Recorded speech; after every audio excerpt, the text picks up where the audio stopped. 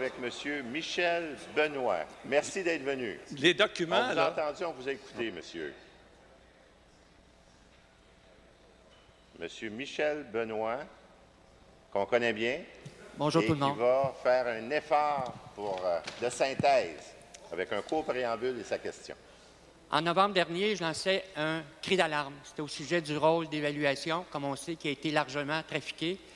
Et même Stationnement Montréal a profité de la situation. Ça m'amène avec le dossier Bixi.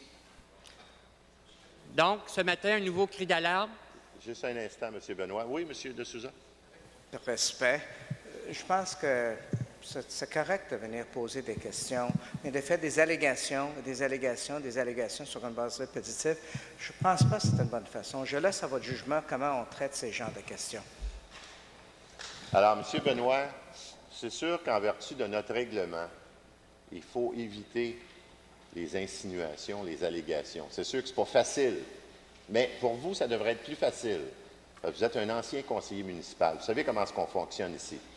Donc, soyez prudent dans vos propos. C'est sûr qu'on est en démocratie. Je ne peux pas l'empêcher de poser des questions, M. De Souza, mais respectez notre règlement. Vous n'avez pas d'excuse pour le respecter, vous. Vous êtes un ancien conseiller. Allez-y. J'ai tellement de preuves que j'ai 1 minute à chaque fois, donc j'aurais aimé ça avoir plus de temps, mais c'est ça la réalité. Donc, aujourd'hui, je lance un cri d'alarme parce que Bixi, la Ville, on a injecté 31 700 000 $ via le Stationnement de Montréal. Stationnement de Montréal, au livre, leur valeur comptable, c'est 1 demi-million. Eux autres, ils doivent 62 millions à la Ville et un emprunt bancaire. Donc, les Montréalais ont endossé Stationnement de Montréal pour 62 millions. Et le budget de Bixi est passé de 15 à 21 millions. Posez votre question, oui, M. Benoît, s'il vous plaît. Comment peut-on expliquer qu'en 2009 et en 2010, Bixi Vélo, qui n'existe pas légalement, il y a eu 30 000 transactions illégales en utilisant la carte de crédit. Moi, j'ai téléphoné, j'ai parlé à la Banque de Montréal, la Caisse de Jardin, Banque Royale, CIBC hier. M. Benoît, votre question est posée. En réponse. Mme Barre. Merci, M. le Président. M. Benoît, vous avancez des données qui sont tout à fait inconnues à ma connaissance. À moi, c'est des informations que je ne détiens pas. Alors, ce que je sais, c'est que Bixi, c'est un succès. Il y a eu 1 142 000 déplacements, donc 5 625 déplacements par jour en moyenne, 10 775 abonnés qui ont payé leur abonnement correctement, qui a été encaissé, et un taux de satisfaction de plus de 85 %. Alors, c'est un succès, M. Benoît, Bixi, et je pense que les Montréalais, Montréalaises sont très, très, très fiers de Bixi.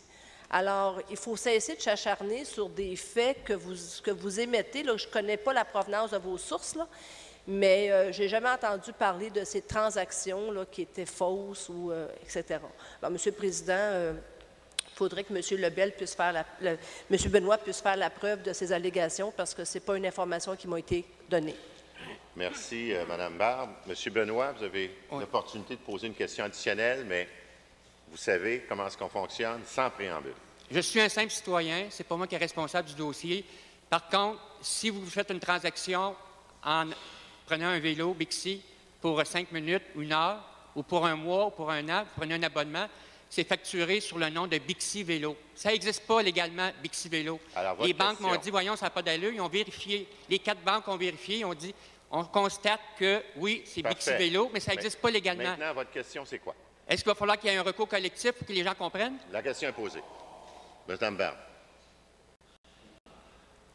M. Benoît, je vais vous rassurer, j'ai payé mon abonnement de Bixi Vélo cette année avec ma carte de crédit et ça a passé. Alors, il faut croire que la Banque de Montréal a accepté que Bixi Vélo existait puisque ma transaction a été acceptée avec succès. Ce qu'on m'a dit, les banques ont pris les informations de Vélo Bixi sans vérifier rien, malheureusement. Et là, on est dans une situation problématique. Oui.